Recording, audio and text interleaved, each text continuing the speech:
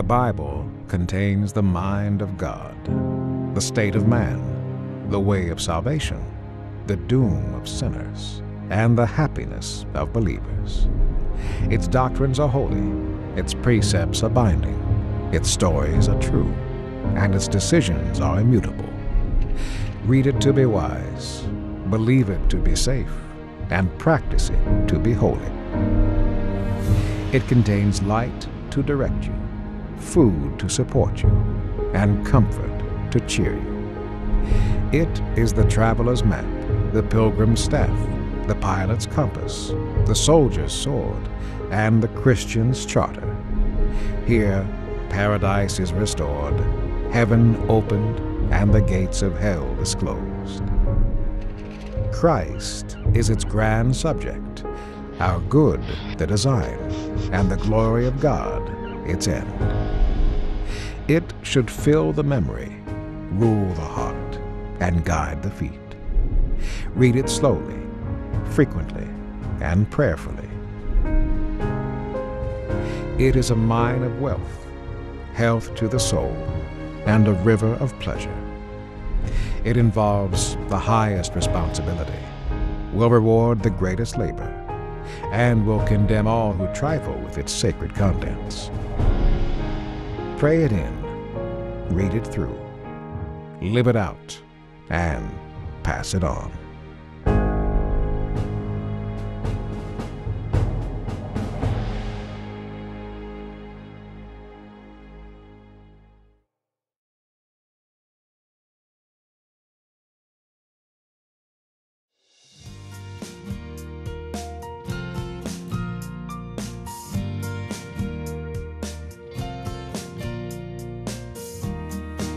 People must have laughed at Noah throughout that 120 years. They must have mocked him and made fun of him. You can just imagine them saying, look at that crazy man, you know, that big thing that he's building behind his backyard. He's telling us that God's going to destroy the world. He's crazy, he's mad.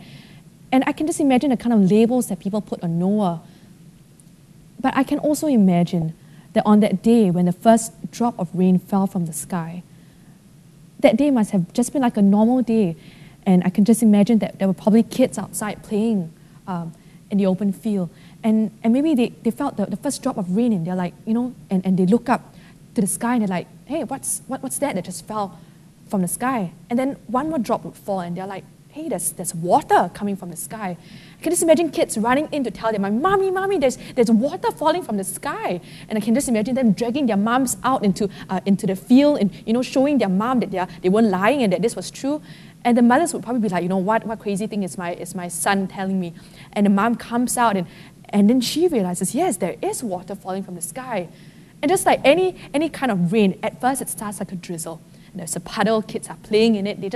Kids love mud. And I can just imagine all the people in the neighborhood, in the kampong maybe at that time, and they're playing in the mud and rolling the mud, and they're just enjoying the water that is falling from the sky. Everybody being amazed, and everybody was just so excited about this new thing that was happening. But then the rain got heavier and heavier. From a drizzle, it became more than a drizzle. The wind blew, and then suddenly they realized, hey, it's so heavy that I can't see the person next to me. And then the words of Noah came flooding back to their minds, and they realized, this is the flood. This rain is not going to stop. It's going to get heavier. And Noah, and everything that Noah said, it's going to happen. And at that time, I can just imagine all their excitement and all their happiness and all their fun just dissipate. And they realize, this is the flood that Noah was talking about. And I can imagine all of them, when that realization hit, they would start running to the ark. They all knew where the ark was. It was right next to Noah. Everybody knew where the ark was. I could imagine people just running to the ark, banging on the door. Noah, let us in, let us in. We believe you now. We see the water that's falling from the sky. We believe you. We want to come in. We want to be saved. And you know what? I believe Noah would have opened the door to let all of them in if he could. But the problem was, Noah couldn't. Noah could hear the bangings on the door, the scratching on the door, the cryings. Noah, forgive us. We are sorry we didn't listen to you. Let us in. But Noah couldn't open the door. Because the Bible tells us that God was the one who shut the door of the ark. God will always give us a window of mercy and a period of grace. But this time period will always come to the end. And at the end of this time period, judgment will be poured out. And when God shut that door, that period of mercy and grace ended together with it. And so even though Noah wanted to open that door, he couldn't because God had shut the door. We are now living in a time period of grace, but this time will also soon come to an end. And there too will be judgment on our world and on our time. Genesis 7:21-23 tells us what happened.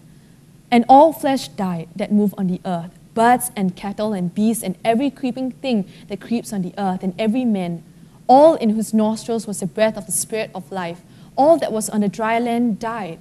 So he destroyed all living things which were on the face of the ground, both man and cattle, creeping thing and bird of the air. They were destroyed from the earth. Only Noah and those who were with him in the ark remained alive. Everything died. Only those things that were in the ark remained alive. After 40 days, the flood subsided, and the ark landed on a mountain called Mount Ararat. And it was here that God made a covenant with Noah.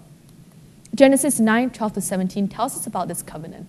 And God said, "This is the sign of the covenant which I make between me and you, and every living creature that is with you, for perpetual generations. I set my rainbow in the cloud, and it shall be for the sign of the covenant between me and the earth. It shall be when I bring a cloud over the earth that the rainbow shall be seen in the cloud.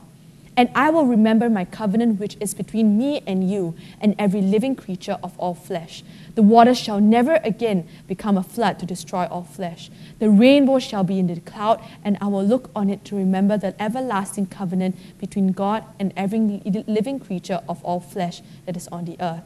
And God said to Noah, "This is the sign of the covenant which I have established between me and all flesh that is on the earth." A covenant is a contract or an agreement between two people. And in these verses, we know about a covenant that God made with Noah. In our present day, to show an agreement to the conditions of a legal contract or a covenant, the parties will have to sign their names, symbolizing their acceptance to the terms and agreement of the contract. Well, God and Noah's contract also had terms and conditions, and there was also a sign to show their acceptance. God's part of the covenant was that he would never again destroy the earth by flood. The sign of the covenant that God gave was a rainbow. Noah's part of the covenant was to multiply and replenish the whole earth. Every time we look at the rainbow, we can remember God's faithfulness. God kept to his covenant with Noah, and ever since that day when the flood destroyed the earth till today, there has not been a flood so great that the whole earth has been wiped out. God has been faithful to his promise to Noah. The rainbow will appear after every rainstorm, and this is a reminder to us of God's unfailing promises. We don't have to worry that the rain would come, it would rain and it would never stop, and the flood would overtake the entire earth. We don't have to worry about that because God's promises are true. And we can be reminded of God's unfailing promises and his faithfulness to us every time we look at the rainbow. This brings us to key number 4. That every time God makes a covenant with men, there will always be a physical sign. And in this case, between Noah and God, that physical sign of the covenant was a rainbow.